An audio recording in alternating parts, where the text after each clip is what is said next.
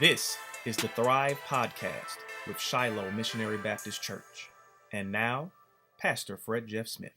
Welcome to the Thrive Podcast with the Shiloh Missionary Baptist Church. I'm Fred Jeff Smith, pastor of Shiloh, and I'm very happy that you are either viewing on YouTube or listening on iTunes to this week's podcast. We, again, invite you to let us know how we're doing. You can reach me at fredjeffsmith@cox.net. You can tell me good or bad how the podcast is going, and we appreciate your listenership and your viewership. I am honored today to have Mr. Rudy Macklin, who serves as the head of the Louisiana Bureau of Minority Health Access and the head of the Governor's Council on Physical Fitness and Sports, to be our guest today. I'm honored not because of these positions that he holds, but I'm honored because Rudy is one of the longtime members of the Shiloh Missionary Baptist Church, and I'm grateful that he took time out of his very busy schedule to come and share with us. Rudy, how are you? I'm doing well. Thank you so much for having me. I want you all to know that this is a busy man. When we reached out to him, he was more than happy to do so, but finding a time that worked when he was in town and actually here for a minute was a difficult proposition. So I'm not going to waste a whole lot of time. Rudy, you're from Louisville. How'd you end up in Baton Rouge, Louisiana? Well, I was being recruited by Dale Brown and about maybe another 200 schools across the country to play basketball, high school basketball. I was a blue chipper. Yeah. They call them McDonald's All-Americans now, something else, but I was a blue chipper. And my best friend, Dal Griffith, was the number one player in the country in Louisville, and my other buddy, Bobby Turner, was one of the top players. So they all three thought we were going to the University of Louisville. And so when I narrowed it down to, Louisville and LSU, everybody was wondering why LSU. And so Coach Dale Brown was a master recruiter. He came to my high school, my principal met with us. He said, okay, we're going to end this right now. I'm tired of all these coaches coming by. And my father said, we need to get this house back to order, back to normal. Because back then, recruiting rules were laxed. Okay. And they were following my parents around, following my siblings around, following me around, calling all hours of the night. And so my father said, let's get this house back to normal. So Dale Brown, he was very smart. He said, Rudy, why don't you take me to the park where you learned how to play ball? It was a very famous park called Shawnee Park. We had a summer league called the Dirt Bowl. I played in the pro division of the Dirt Bowl since the 10th grade. Okay. And so he wanted to see this park. So I took him to the park. I was about to take him to the park, and I said, well, Denny Crum from Louisville had called and said, don't do anything until I get there. Right. And so Coach Dale Brown said, well, we're going to come right back. And so we took off in the car, and I saw Denny Crum pulling in. I said, well, I need to tell Coach Crum that we're coming back. He said, no, he'll be there when we get back. So we drove to the park, and I showed him the park and the playground where we played. And he said, Rudy, he told me something that no other coach has ever told me before.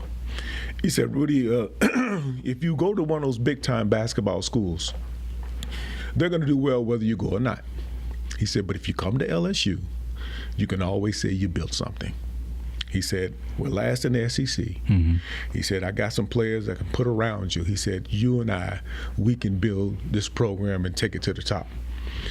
I said, well, Coach, I understand that. I said, but I got a lot of folks after me, but I did narrow it down. I gave you a shot. I visited your school. Right. He said, here's how we're going to do it. And we spent 2 hours laying out how we were going to build the program. And it happened just as we planned it there. And Denny Crum was still waiting at the school. Of course, he wound up leaving. Yeah. But that him saying that, you can always see you built something. I wanted to build something. Yeah. And I came. And when everybody was saying, don't do it. So this is 1975, 1976. Yeah. And, not just Louisville, but Kentucky and Lexington was UCLA, considered to be Tennessee, one of the premier Charlotte. schools. Yes. And so it was a real coup to get you out of the state of Kentucky to come down to LSU. It was like what in the world are you thinking? I mean, I had the newspapers weren't kind to me at all, especially in Lexington with University of Kentucky. They called me a Benedict Arnold. They said that they still practice voodoo in Louisiana, and they got to watch the women there, and they still probably got cotton fields there. And these were coaches now and regular people saying these things. I said I never saw these things when I went there to visit. It was a great school, and great facilities, and so I had to take all of that, and I really just took a risk. Going to a football school, right? Last in the conference, didn't know it till I got there. The coach was about to be fired, and here I am taking a chance, signing with this school. Yeah. And so there was a big risk on my part. So at the time that you came, Coach Brown was about to be fired? That was the rumor, because wow. I didn't know it. And that's one I had not heard. Because he had been there 5 years already. Right. And so he never had a winning season. Right. And when I got this, right at the first game at Tulane, that's when the locker room was filled with, rumors, of course, from Kenny Higgs. He was saying that, hey, the word is, if we don't win this game, especially against Tulane, an arch rival, right, coach is going to be fired. We're going to lose our scholarships. Right. So the locker room was in a tense panic, kind of, so to speak. Yeah. And I said, I came down here with all of this, and I was really, having, second thoughts, because Charles Alexander, the football running back, great player, invited me to their media day. And they had magazines from newspapers from all over the country, from Sports Illustrated to Sporting News, you name it, they were there. Right. We had our media day. All we had was the Morning Advocate and the Daily Reveille, the school newspaper. Yeah. That was it. Yeah. And so I called my mom. We had lost to Athletes in Action, former pro players, real badly. I said, Mom, I think I might have made a mistake. She said, what do you mean? I said, well, it don't seem like anybody, like basketball down here. It's barely anybody comes to the game, maybe 200 or 300 people. If it wasn't for the Tiger Band, we wouldn't have anybody. And I said, she said, you're not going anywhere. She said, you made a commitment. You have to honor it. She said, son, you never know. They got you down there for a reason. You may be the one to make the difference. And that difference came against Tulane when I pulled 32 rebounds and we blew them out of the gym. Yeah. And then we won like 10 straight games. Yeah. So that's when it started. Well, I was a student at that time, and I know for a fact I watched LSU basketball grow from nothing. And you and Ethan Martin and Greg Cook and Dwayne Scales made LSU basketball something special. Oh, man. I sat in the student section, and sitting is the incorrect way of saying it, because we stood for the entire time. Yeah. But it was the most exhilarating thing that I had ever seen. Because LSU was, as you say, a football school. You were really a part of a transformative moment, not just in LSU athletics, but in Louisiana culture. And that's a tremendous accolade that you can always fall back on, that you made a transformative difference in how people thought about basketball here in the state of Louisiana. And as we're sitting here recording, this version of the LSU Tigers is getting ready to play in the Sweet 16, and we don't know how the outcome is going to be, but all of that is built upon the foundation that you guys laid back 30, 40 years ago. Oh yeah, and it's you never know the plan from the man upstairs until you actually going through it. I thought, yes, I was probably the catalyst for turning the program around, but it was more than that, because Coach Brown said it was difficult for him to recruit top flight players, high school All-Americans. They wouldn't take a chance going there because of the same rumors they heard. I heard also about how negative they were toward LSU. Right. And he said, by me coming, it told the rest of the country, the great players, it's okay to come to LSU. Yeah.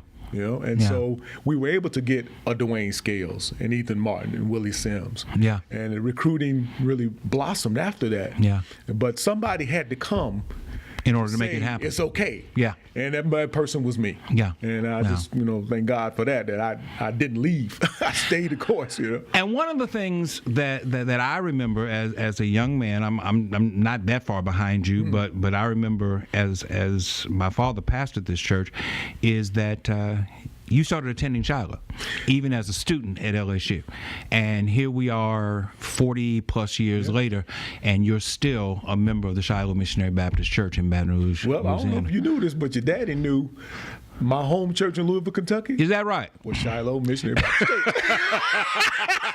So you came here because of the name? No, it was Ron Abernathy, my high school coach, came with me. Right. And he said, we got to get us a church home. Yeah. That's what it was. Yeah. He discovered Shiloh first. Okay. I went to a couple of other churches, but he came to Shiloh first. All right. And told me, we need to go to this Shiloh Baptist Church here. Okay. I came here, man, and I was just blown away. Okay. When the choir got up. Yeah. We had Miss Pat back there. Yes. Man, I was blown away. And the place was packed. Yes. And then when your father got up and spoke, I'm like, oh, yeah, this is it. And I told my mom, I said, Mom, guess what? I'm attending another Shiloh here in Baton Rouge, man. It was awesome. That's fabulous. That's fabulous.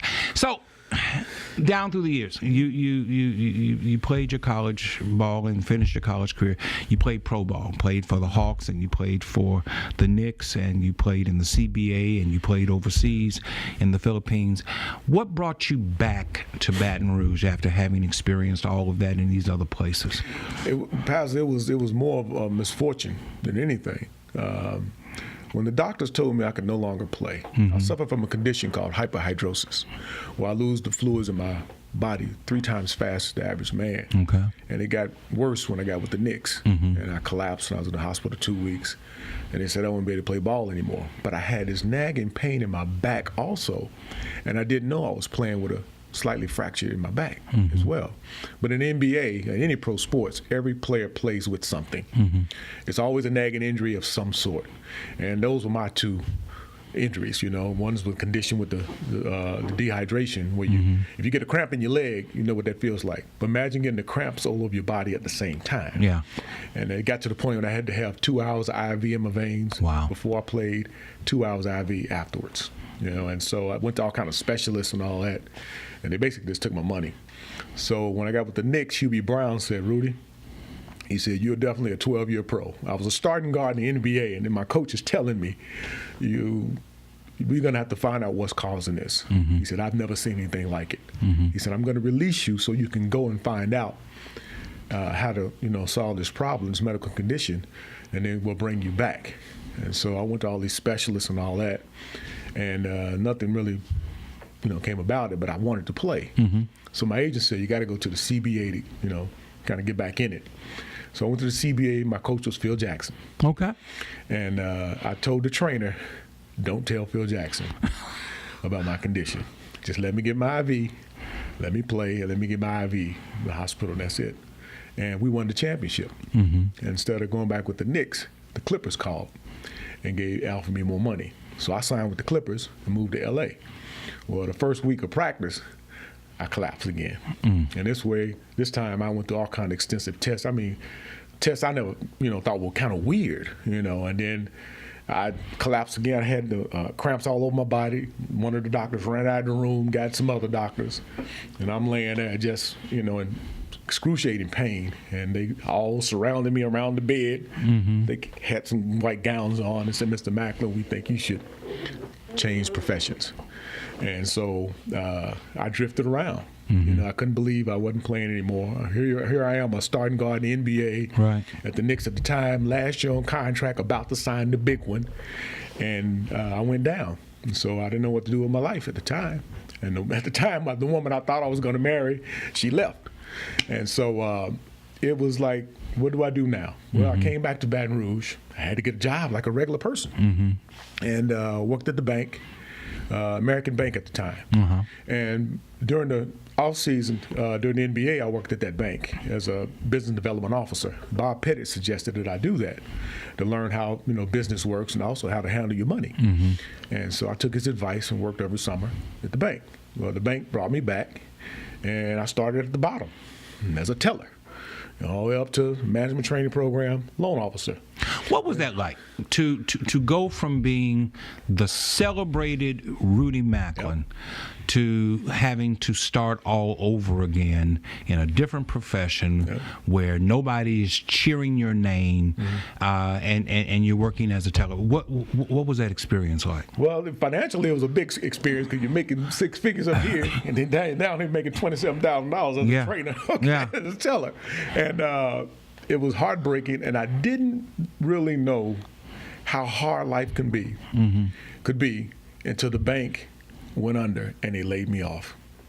Okay, think about all the things that I had accomplished, in Baton Rouge and done, and I still got laid off. And the vice president of the bank called some prominent alumni in LSU and said, "Hey, look, Rudy's about to get laid off in a week. Can somebody help him?" And the help never came. And I'm gonna tell you, Pastor, the most humiliating thing I ever done was stand at the unemployment line.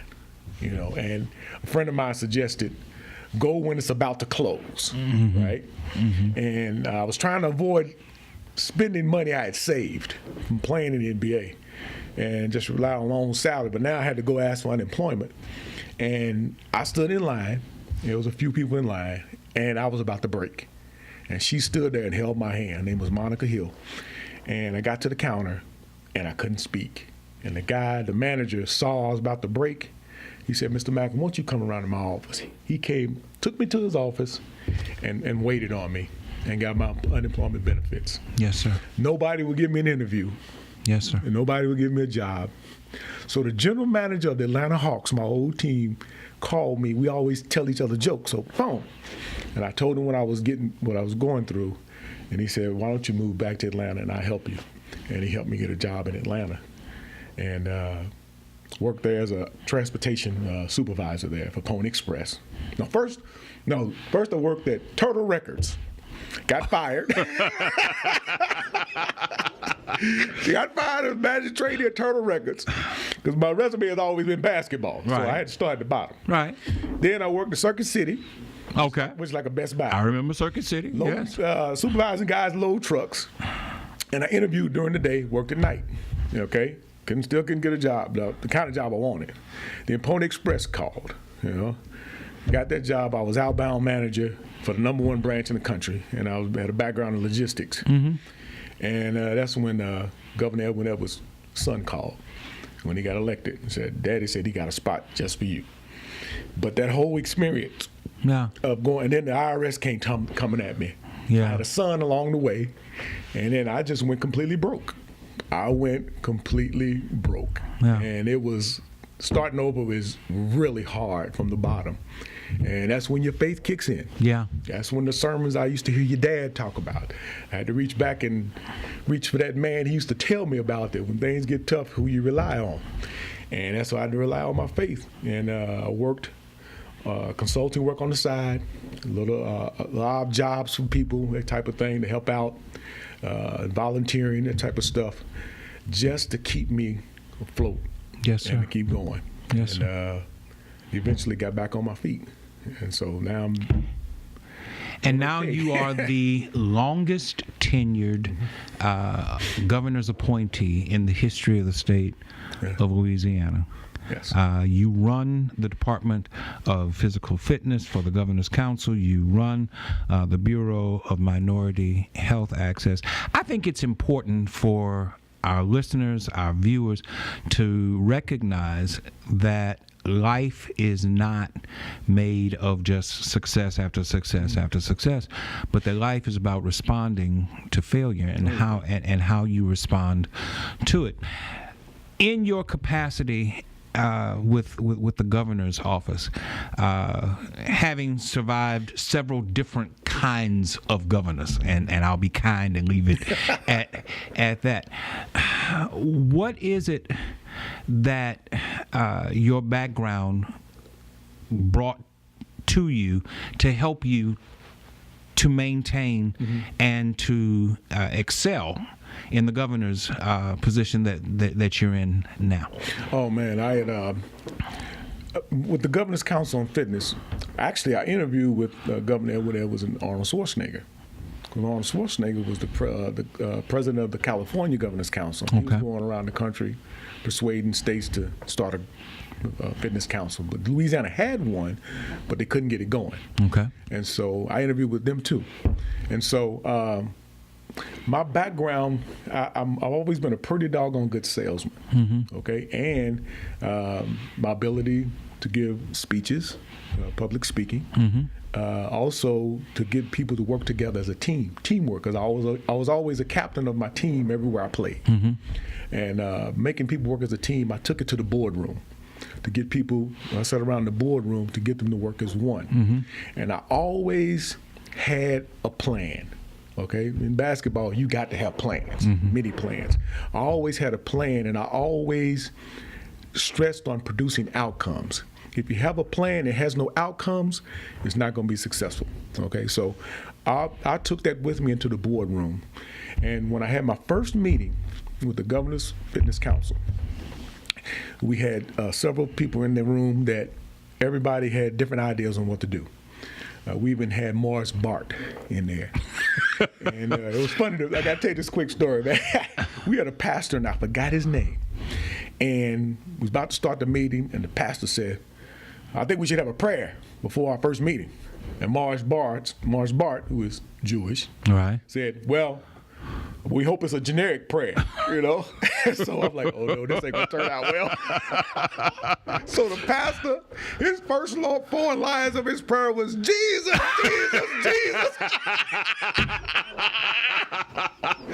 Man, I tried everything to keep him laughing. And man, that prayer went on and on and on. And he said, in Jesus' name, you know? I'm like, I love him to death. And Morris Bart didn't get up and walk out? He turned red, man, and we never saw Morris Bart again. That was the last time we saw him. And so I saw that a lot of the members were there not as a working board, you know, and I said, this is not going to go well. So we didn't have a budget. I told people I had a plan for raising money, getting sponsorships, because Governor Edwin Edwards said, there is no budget. He said, build it, treat it like a business. He said, that's why I got you here. That's what he told me. I said, okay, I like that challenge. Well, my board members wasn't having it.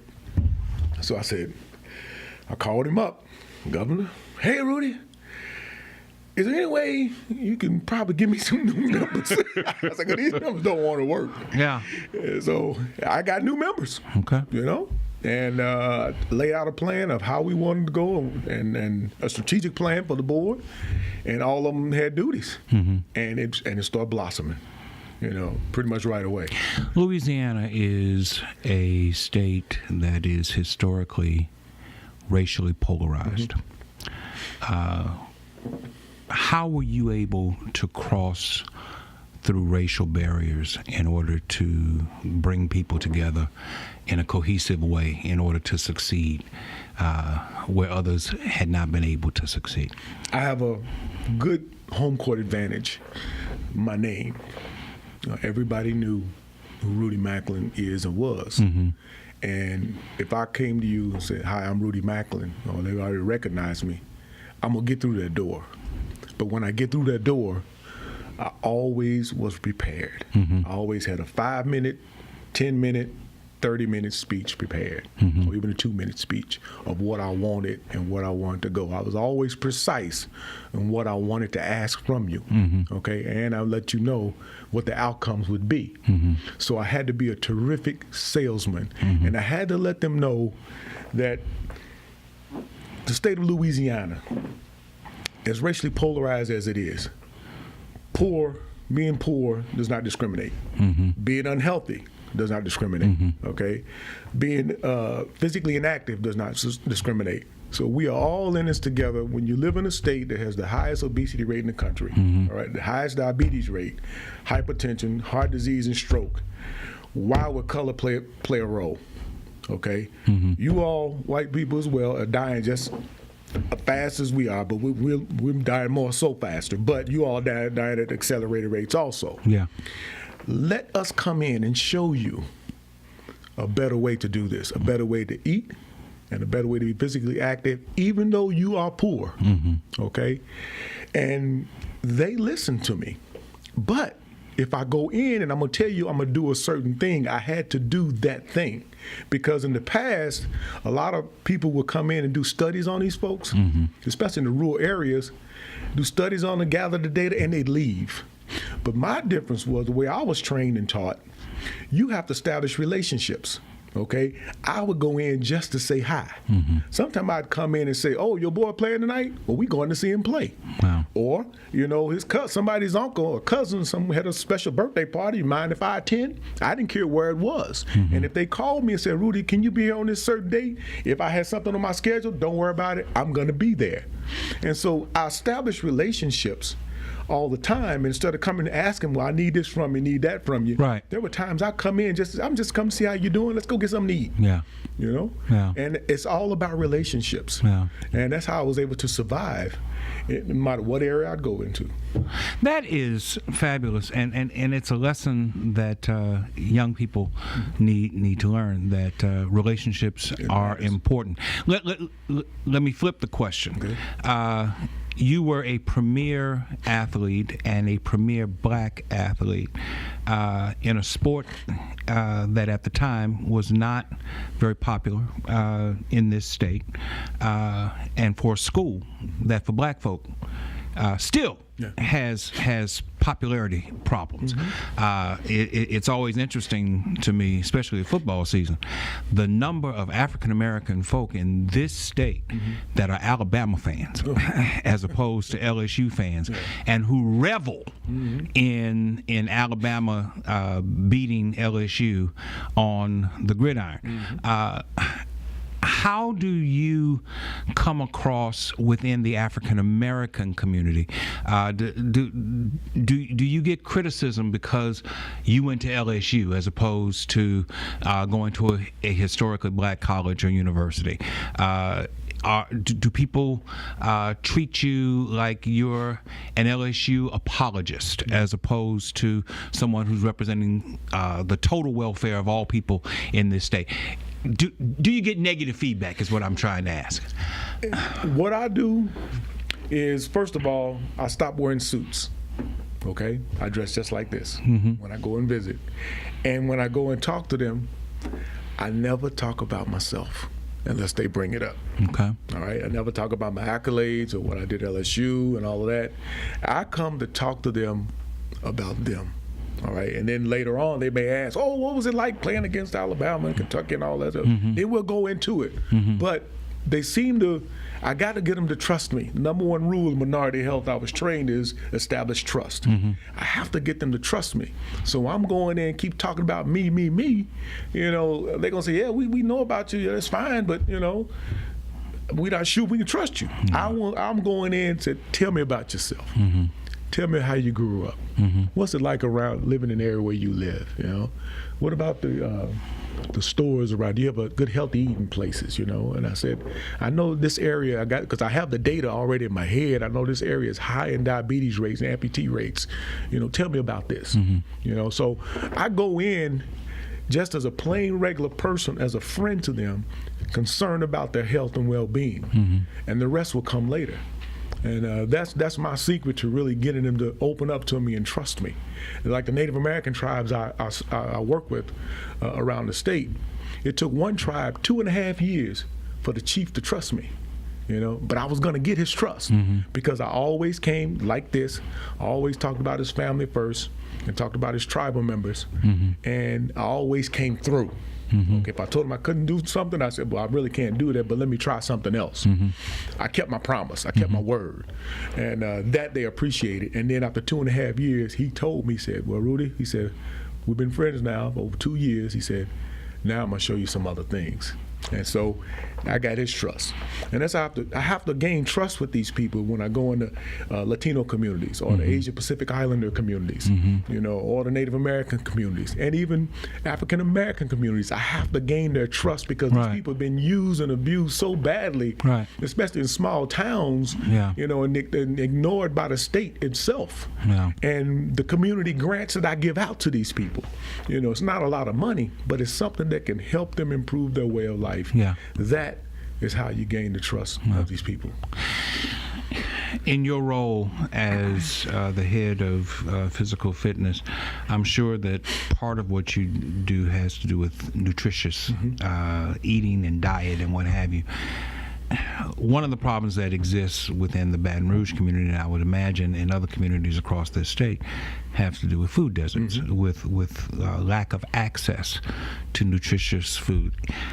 How do you advocate to eliminate food deserts? Is that part of your role in the governor's office? Do you work with people to try to eliminate food deserts within our communities? Yes, we do. Yes, we do. I've helped other communities around the state with community gardens, and even teach the kids how to till the land and that kind of stuff.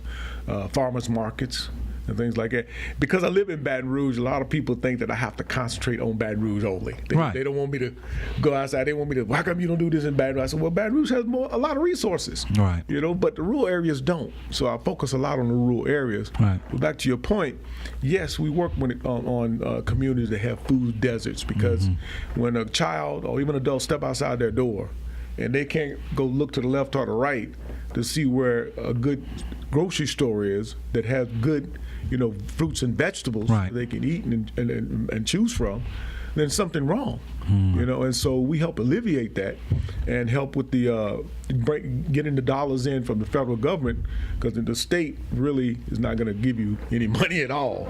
I rely on federal grants a lot. And I have some sponsors that help me out as well, but from foundations. But it's really tough, because food in Louisiana, they could take the worst foods in terms of health is concerned and make it taste so good. Yes, they can. Oh my gosh, yes, they can. Man, they can do that. Yes, they can. And so when I pick up a food like crackling, I know it's not good, but when I bite into that crackling, I know. And I went to my first boucherie. Okay, they took the pig. Nobody spoke on behalf of the pig. Okay, they skinned him alive, cut him up, and they had people with bowls and plates standing by to get all the parts of the pig, and they went and cooked it and came back with it. Yeah. And they said, this is how we eat every day. Yeah. Every day? Yeah. Nothing green around here? Yeah. This is how you eat every day? Yeah. I mean, there's something to that. And Louisiana has too many festivals.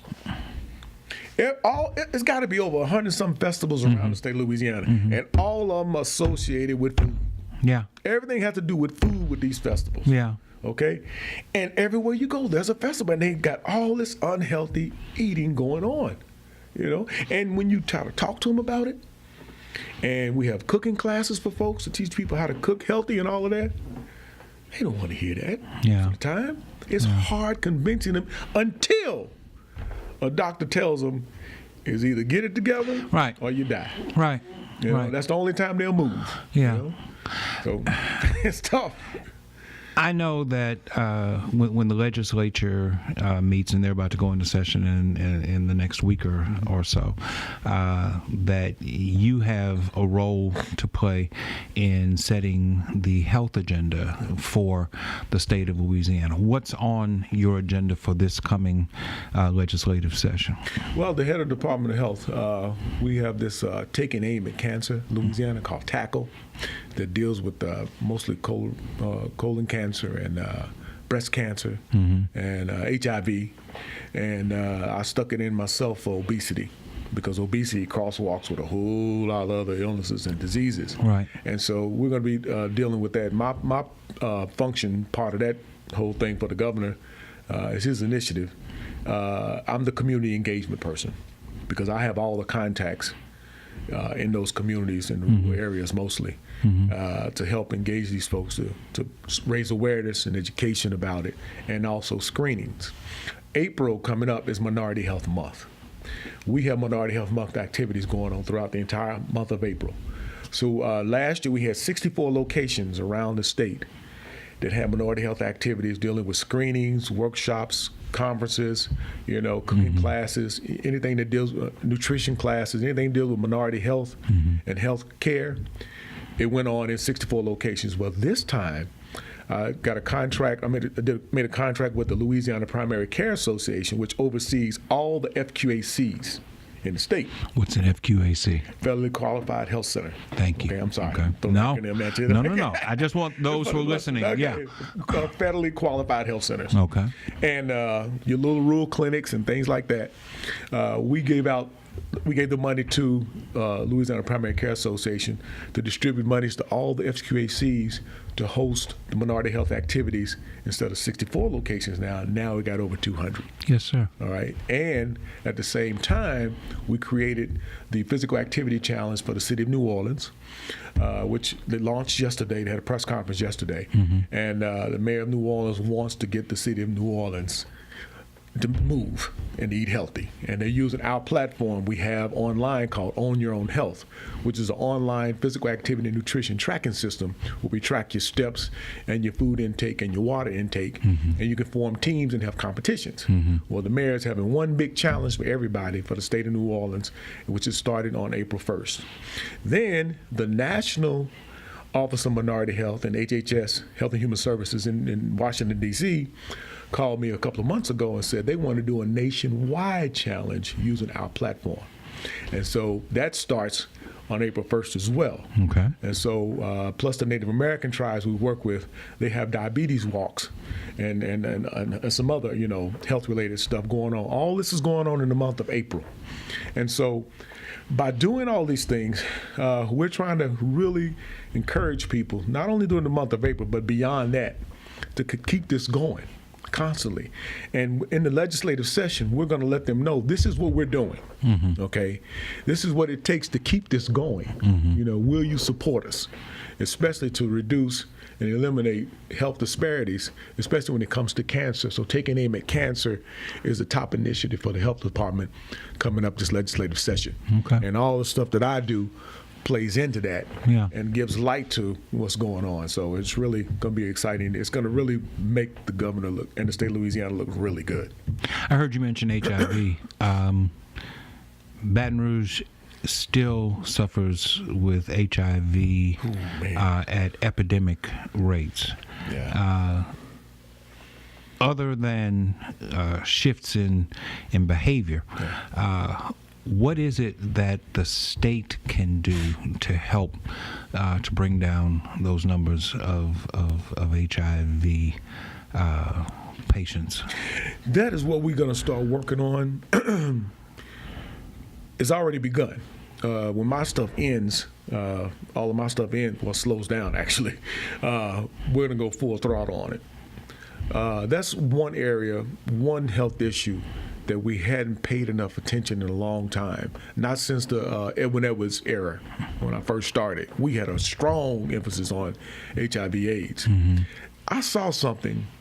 I saw a map of North Baton Rouge. It was a confidential map. I can't show it to anybody, but I can tell you what I saw. Sure. On the map, it had a house, and all the houses in North Baton Rouge, and a dot, a red dot, where every person with HIV lived. And it almost brought me to tears. Yeah, I can imagine how many dots you saw. It was a bunch of dots. Yeah. Okay, in North Baton Rouge. Baton Rouge has the highest HIV rates among black women in the country. All right. And it is amazing. I would like to see some type of legislation that deals with HIV when they come out of prison to be tested. That's a hot button issue there. But it's going to come down to personal behavior as well. Right. Especially when it comes to needle sharing. Yeah. And but another thing that scared me was a friend of mine that went to the doctor, and they were good friends, and he had a stack of files on his desk like that. And she said, "Won't you clean up your desk, doc? Files there." He said, "Those are files with people with HIV, and I can't even find them to tell them." So that's how bad it is in Baton Rouge, and that's something that we are really going to focus on hard coming up. They've been meeting constantly. I haven't made but one of the meetings, but I'm going to start attending more often right after April, and we're going to hit that head on. Yeah. And then my own personal health deal is prostate cancer, because I'm a survivor of it. Right. And I would really like to put my personal stamp on it. But HIV, we need that badly, man, especially to educate HBCUs, okay, and even at LSU too. You just don't hear about them as much. Right. But we really got to do something about it, because it's almost if we don't do anything right now, it's going to be as common as a flu. Yeah. And that's a bad thing. Yeah. So that's something we have to really pay attention to. Can the church do a better job of being bases of information being disseminated out into the community than what we're doing? Give me a raw, honest assessment. Oh, you asked me to be honest. I am. I'm asking you to be honest. Okay. What is it that African American churches could and should be doing that we are not doing? In our congregation, if you had a magic wand and you could wave it and see all the people in that church that has diabetes,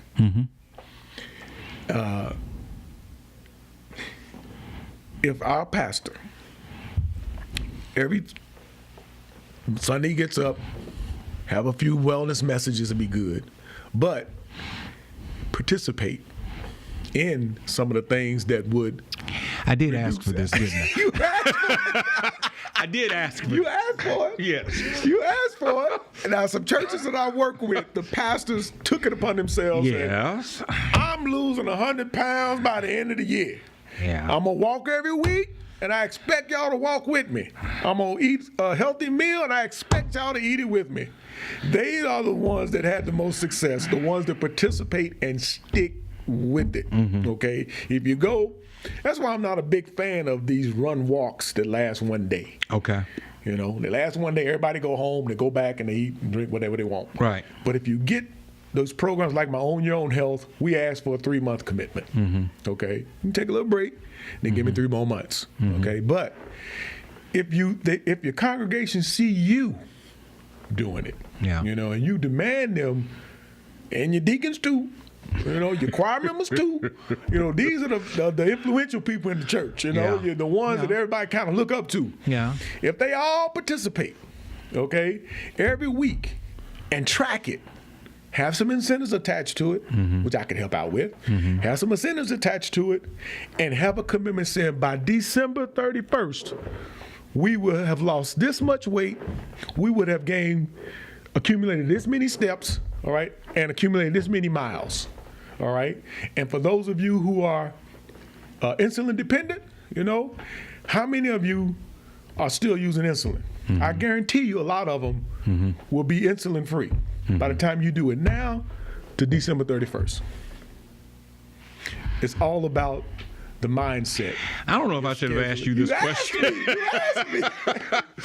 It's hard. If I put a box of crossbones and a skull on the ground that had poison on it, you wouldn't touch it. That's true. Okay.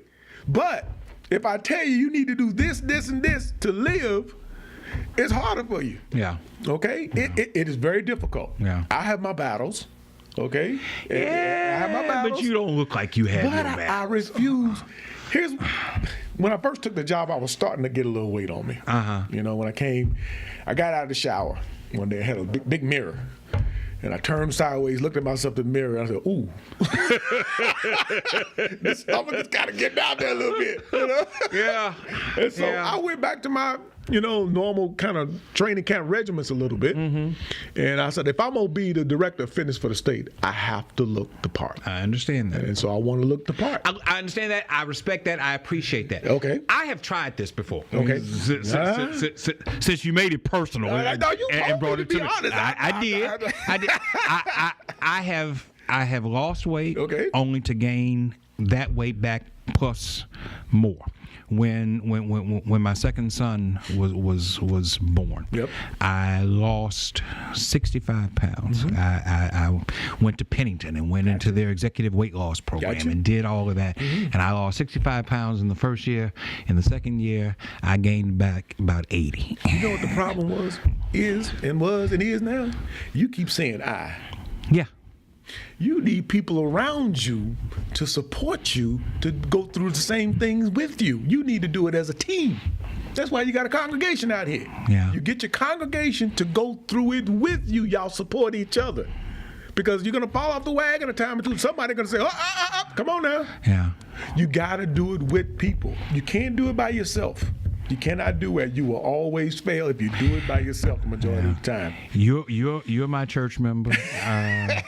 I've got Ellen McKnight here, who is a nutritionist, and she's my church. My doctor is a member of this church, and she stays on me too.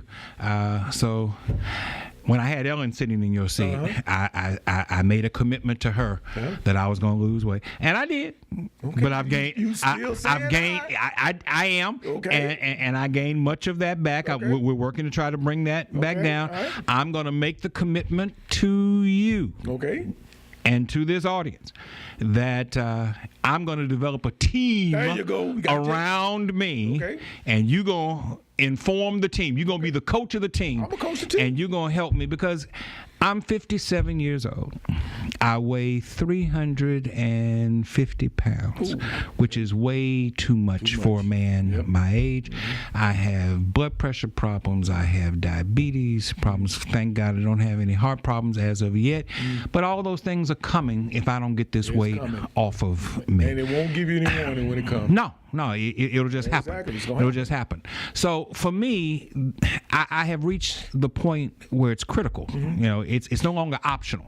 If I plan on being around here for a while and have any kind of a quality of life that I would like to have, then it's crucial that I get this weight off of me. So we're going to put together a team. All right, and what we're going to do, if it's a weight loss goal, everybody's going to write their weight on a piece of paper without their name on it. Okay. We're going to add it up. Okay, we're going to put it in our own Your Own Health system. Okay, we're going to have a series of activities we're going to do. Okay, halfway through the program, we're going to add our weight up again as a team and see how much we lost as a team. Everything as a team. Okay. I'm not interested in what you. I got you. But as a team, yeah. We're going to add our weight up again, and we're going to go through again, and we're going to add it up at the end again. That's how we're going to do the weight loss. Okay. But we're going to have a series of activities each week that the team is going to do. Now, the team has got to decide how dedicated they're going to be to this. Don't tell me, well, let me check my schedule. No, you're going to set aside at least 30 minutes or more with your team. Okay. Tell your grandkids and your daughters, your children. I'm gonna keep your kids later on. I need this 30 minutes for me. You have to prioritize your schedule for 30 minutes or more. Okay. That's the only way. And I guarantee you, when you get on a roll and it lasts for 6 months, if you miss a couple of days, you're going to say, oh, no, I can't do this. I got to get back to it. It's going to be in your system now. You're going to be used to it. Yeah. And then when you start eating correctly, any junk food you put in is going to reject it. It's going to cramp you up real bad. Oh, no, this is the wrong kind of foods. So no more Oreos. Not the Oreos. No more Chips Ahoy.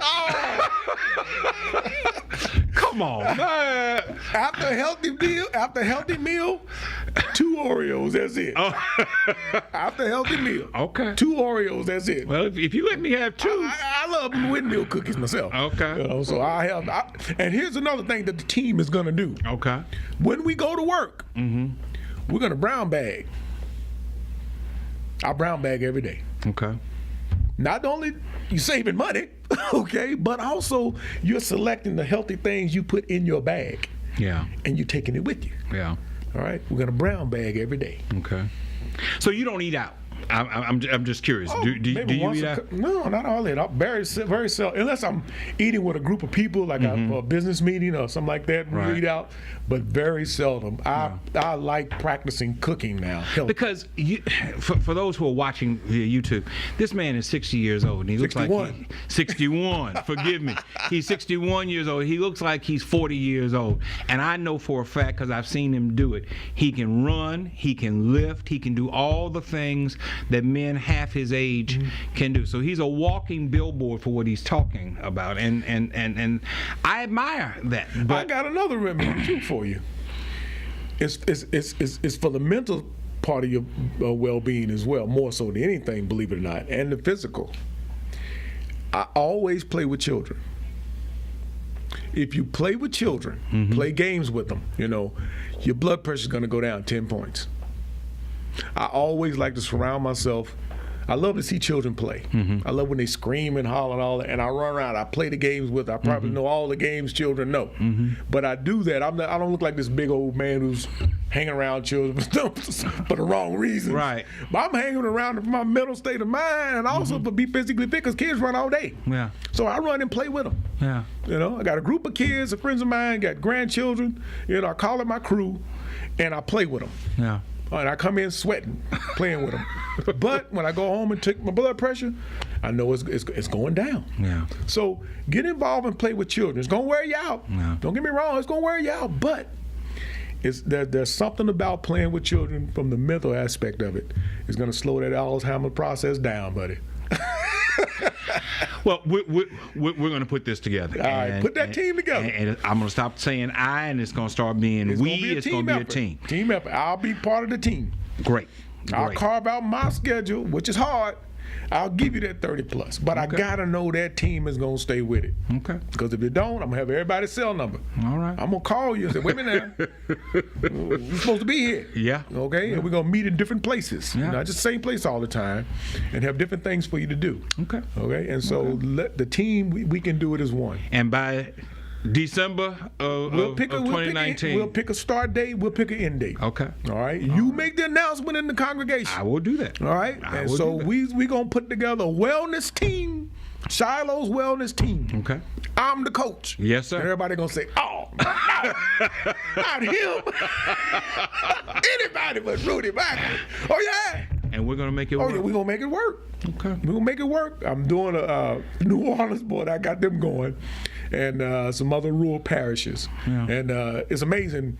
I get them going, and when I leave, they kind of just fall off. Yeah. They depend on me so much. Yeah. You're the hub. Yeah. So, You're the one who makes it all work. I think this is home for me. Well, and so I appreciate the fact that you're willing to make the effort, and I'm going to commit myself to it, and we're going to form a team, and we're going to make that whole thing work. A couple more things. Okay. The last several years, you have done color commentary for high school athletics, football, basketball. You enjoy doing that? You enjoy working behind it's fun. The camera and commentating on games and stuff like that? It's a lot of fun. I tell people sometimes, well, the games kind of pass me by because the style of play is different. You know, I used to play the mid-range, low-post game. And when I turned pro, I was converted to a guard, so I played the swing guard, small forward. And but now everything is a jump shot game, right? And they don't teach the mid-range game anymore, like the old days. But it's just fun to see young guys out there playing, and I can see things pretty much before they happen. Yeah. You know, because of the experience, and give my thoughts of how they should improve on certain things and what the tendencies of each team is trying to do. And it's a lot of fun. It's a lot of fun, you know. When my children were small, they played in brick athletics and stuff like that. One of the things that I always found interesting is that even at a very young age, 5, 6, 7 years old, you could see who had real athletic ability. It's amazing. I mean, you had a bunch of kids out there, but there was always one or two kids that stood out from the rest. We call it the it factor. That's an athlete. Yep. That kid's going to do something. Yep. I imagine you get to see that also. I do. Your father taught something a long time ago, but he never preached on it. He said there's something about the second son. I'm a second son. The second sons always have a little extraordinary abilities in certain things. My brother played before me, but he didn't excel to my level. But it was the second son, me, that excelled and went all the way. And my best friend, Dal Griffith, who's the number one player in the country, he was the second son. So something about those second sons that have that it factor a lot of the times. And with all the governors games events we have and sporting events we have, we go as young as 5 years old. We can see the 5-year-olds and how great they're going to be. When our basketball tournament, when we have the 8th graders playing at the Lario Center in New Orleans, we could see, like Javante Smart for LSU. He was in 8th grade when he played in our tournament. We knew he was going to be it. Yeah. Okay, and it came to be. Right. And so we can tell who that next player is going to be. Yeah. That's fascinating. Yeah. That ability is evident at such an early age. You clearly have made the decision to make Baton Rouge your home. and for me, it's good. I always close these podcasts by asking my guests. Usually they're younger people, so and so I asked the question: is Baton Rouge the place where you plan to plant your flag, or are you passing through? Well, let me ask you: do you regret that Baton Rouge is your home? That you decided to plant your flag? You've lived in other places across the country, around the world, and yet you chose Baton Rouge as home. You know, I tried my best after the first term with Governor Edwin Edwards. And my son lived in Atlanta, and I was having some issues with him. And I kept trying to go back. I never could go back. For years, Pastor, this is the truth. I kept trying to leave Baton Rouge. I would interview for jobs. I'd get to the top 2 or top 5 candidate, and they'd always tell me, well, we're just looking for the right fit. I had one recruiter tell me, a white lady say, well, you got 2 problems. She said, you're 6'6" and you're black. And I said, I refuse to accept that. But I go in these interviews, I'm like, whoa. Yeah. You know, but I never could move back. Okay. You know, and then so our friend, Mike Mallett, he said to me, he said, Rudy, did you ever stop to think that God don't want you to leave? I said, hey, Mike, you might be right. He said, look at the work you're doing. You know, you are in a position to change people's lives by the work you're doing. Yes. He said, so there's a reason for you not finishing your career in basketball. I gave a speech one time called God's U-Turns. You know, that was my U-turn in life. I was on my way to being a 12-year pro and live on the beach and earn 20% more money. And I had this U-turn and lost everything. I had to start over. But now I see that this is what I was supposed to do. So I had, by looking at it like that, when Mike opened that up to me, I realized then I had to stop fighting it. And I had to let it go and say, okay, this is where I'm supposed to be. This is going to be home because I have a greater calling now. And so it became more than a job. It became kind of a ministry, I guess. That's wonderful. And I just accepted it. Now, when I retire, I've always had this thing I wanted to have a beachfront property. Okay. You know, so I think I'm going to stay here a little while longer. Baton Rouge will be beach with the erosion that's taking place. Oh, and it's really getting bad too. Yeah. You know? Man, it's getting bad, and so they can't stop it. Yeah. You know, a football field a year leaves. Yeah. You know, so yes, I think I always wanted to. I like being by water, the ocean, because one time the job was getting to me so bad, I went and got a condo on the beach for a week. Everything went out to the water, and I didn't think of work. I didn't think of anything. I just had my book and sat by the water. Yeah, you know. So that's what I think I want to do. Okay. Yeah. Baton Rouge is better that you came back this way. Louisiana is better that you came back this way. And Shiloh is better. This is my church home, man. I appreciate it. Thank you for taking the time to be with us today. I appreciate it. Thank you all for viewing. Thank you all for listening. We'll be back again next time.